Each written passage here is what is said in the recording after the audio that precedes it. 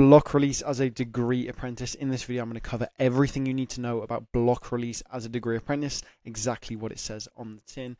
And just before we do that, let me introduce myself. My name is Owen. I'm a degree apprentice and I help people get degree apprenticeships in the engineering, technology, and finance industries. Last year, I helped a whole bunch of people get degree apprenticeships. You can see some of the companies here: JLR, HSBC, Rolls-Royce, Amazon, KPMG, just to name a few.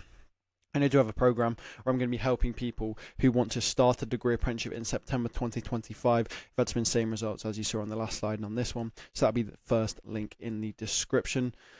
But let's get into this video, okay? So a degree apprenticeship, let me just break down what constitutes a degree apprenticeship, okay? A degree apprenticeship is you're going to be doing a job full-time and studying for a degree part-time. So you're going to be getting a salary, your degree's all paid for, okay? That's what a degree apprenticeship is. Now, in particular, there's some percentages here, which are like some government requirements. You're actually going to be doing a job for 80% of the time, and you'll be studying for the degree 20% of the time. Okay, and this will come into use this will become useful later. Okay, but that's what a degree apprenticeship is. You got your job and your degree, 80%, 20%. Okay, and there's two different ways of doing it in a degree apprenticeship. Okay, there's day release and block release. Okay. So day release is where basically 1 day per week you're going to be doing the university. Okay, you're going to be going to university, having your lectures, your lessons, whatever you want to call it, right? And that's where the 20% comes in, okay? Because it's like basically 4 days per week you're going to be working, 80%. 1 day per week you're going to be at university, 20%. Okay, day release. The other way of doing it, which you can see on the right here, is block release. And this is where basically you go through 1 whole week of university. It's all sort of bundled into one. On the left here, you see it's spread out. You're doing 1 day per week university. Here it's basically you get 1 week on average, 1 week per month, something like that, to do university. Okay, that's how block release works. That's the two different ways a degree apprenticeship works in terms of that 80-20% split. Do you do it once every week, or do you sort of 1 week every month, something like that in a block release system? So in this video, I'm going to cover in more detail block release as a degree apprentice. This is that schedule you can see again here. So 4 weeks of work, and then it's going to be a full week of university, then a couple more like full weeks of work, and then a full week of university. That's how it's going to work Monday to Friday, like that. So let's go into some pros of block release, okay? So like positives, what's good about block release? Because when you're doing this, you're going to need to like compare between different apprenticeships. With this one's block release, this one's day release. Which one do you want to do, right? So some of the pros of block release, right? First of all, you can completely focus on work and university during the long blocks, okay? Because the way it's going to work is you might have 3 weeks of solid work, a full week of university, then like another 3 weeks of solid work, then a full week of university, right? And what that means is you can just focus completely on the task at hand, whether that's work or university, okay? So for example, in your university week, you can completely forget about work, okay?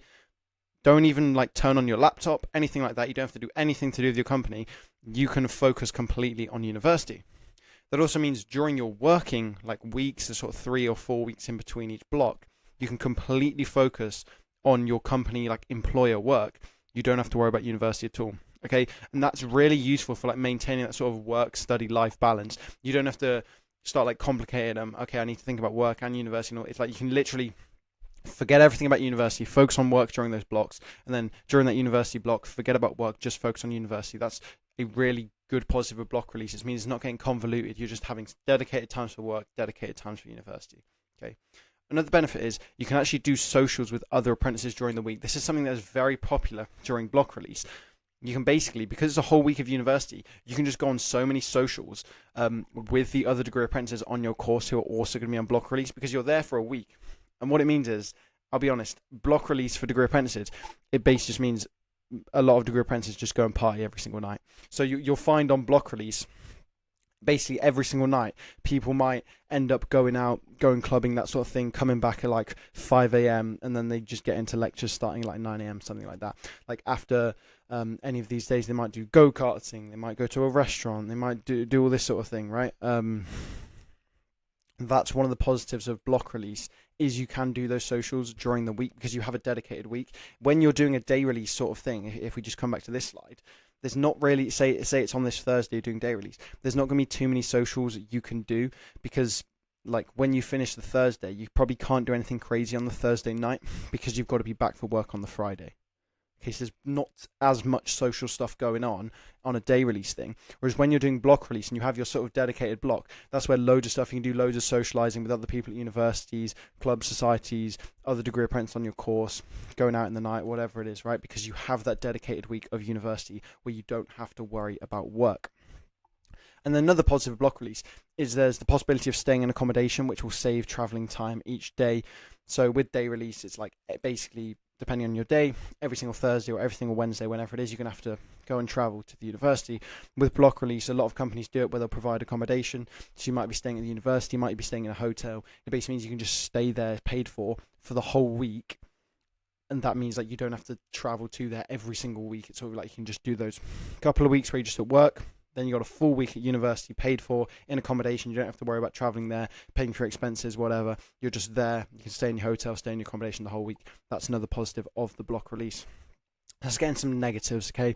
There's a few negatives of block release. So the first one is you can miss key weeks on projects. So these block release like weeks are going to be non-negotiable. Like you sort of just get given them by the university. You have to go and do those weeks, right?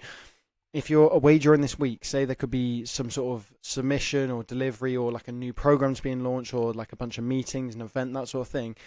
If it's happening during that week, you're going to miss it. Okay, and there could be loads of stuff happening. This could be a really busy week where like you need to submit this thing on the Wednesday, your team's doing this on the Thursday, your team's launching this on the Friday. If you're away at university, you're away at university and you could miss that whole week. And that's just how it's going to pan out. Okay, you might have like a sort of quite a empty week where nothing really happens this week, but then there's loads of work that goes on this week. If you're away that week, you're away that week. You can't do anything about it. So that's just one of the things with block releases. You can end up missing some key weeks where there could be some key deadlines on projects you're not going to be able to work. Someone else in your team is going to have to do it, which means there's a potential to miss out on a few opportunities and a bit of work there. Okay. Another negative is you're going to have to plan ahead and let people know each time you'll be off. Okay. So with day release, it's sort of regular. Everyone in your team's going to know, right? Owen's off every single Thursday. Fine, no problem. With these, because you're off for a whole week and it's sort of irregular, they might do like once every 2 months, one every month, whatever. It's sort of random weeks. There's no real schedule to it like there is with day release. You're going to have to let your team know each and every time that I'm going to be away for this whole week. You're going to have to plan ahead. So what was supposed to be during this week, you might have to do the week before, right? You're going to have to plan your workload and that sort of thing. And it just means you're going to have to stay a bit more on top of time management and preparation and being proactive and that sort of thing, just to make sure you're away from university this week, or make sure you've done everything the week before, you've let everyone know, so it's all covered and it's all ready for that. And then to go with that basically is after, so that's before your university week, you're going to have to do a lot of preparation and planning. After your university week, there's likely going to be a lot to catch up on, okay, because you're missing a whole week at a time. There's probably a whole bunch of stuff that's sort of stacked up during these days.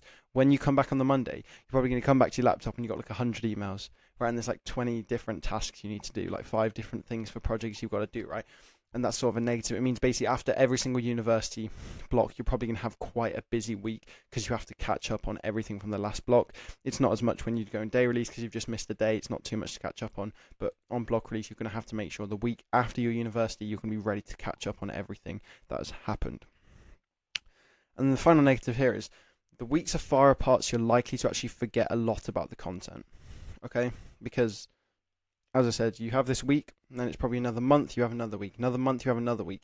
You're going to completely forget about everything in university. Okay, so you might have a week in January, you then work for 4 weeks. By you get to February, you've probably forgotten everything you learned in January because it was 4 weeks ago. It was so long ago before you even thought about it. Then when you get to March, it's like you're going to have completely forgotten everything you learned in January and February by the time you get to March. Okay, because they're so far apart. Rather than being a regular, like once every 7 days, it's like almost once every 28 days, maybe once every 30 days you're going to university. It means you're much more likely to forget the content. So more revision is going to be required when it comes to like tests and exams and that sort of thing, just because it's less familiar in your mind because you're doing it sort of so far apart and on sort of an irregular basis. And then finally, just some extra information about block release. You're likely going to have less university days in total. Okay, so remember that thing I said earlier about 80%, 20%? That's going to come important here.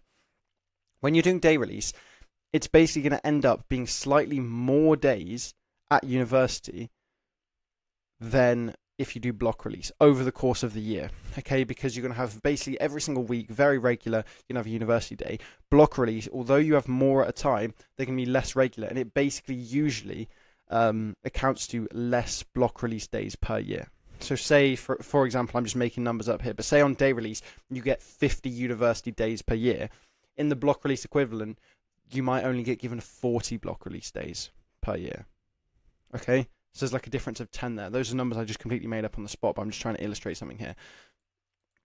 What it means is you're going to have to do more self-study, because at the end of the day, you have to do 20% studying. Remember, 80% doing your job, 20% is your degree.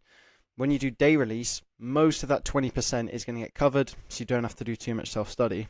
When you do block release, basically the reason a lot of universities do block release is to get away with giving you less university days, and it means they have to pay for less teaching and all that sort of thing. But either way, regardless of how many university days you do, you have to reach 20% studying. It's a government regulation. Therefore, to make up that 20% after you've had less university days and block release, you're likely going to have to do more self-study. Okay, so I'll just put on the extra information, because that could be a positive, could be a negative. Maybe it's a good thing that you don't have to go to university as much, but maybe it's a bad thing, because then you end up having to do self-study because you have to meet that 20%. So I'll just put that one there. So now that you know about block release, it's important to find out which type each company does. So every company is going to be different. Each apprenticeship is going to be different. Some might do block release, some might do day release.